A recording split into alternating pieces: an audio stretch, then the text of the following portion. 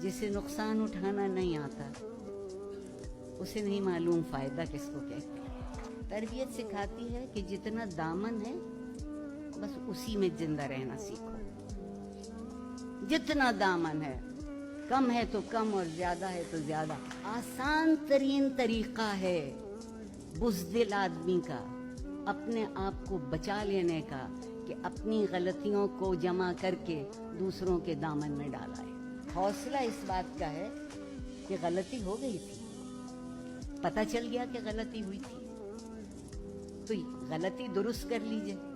जिसके साथ ज्यादती हुई थी उससे जाके बहुत नेक नियति से माफ़ी मांग लीजिए। मैंने अभी तक ऐसे इंसान बहुत कम देखे हैं जिनसे आपने नेक नियति से माफ़ी मांगी हो और उन्होंने आपको गले में लगा लिया।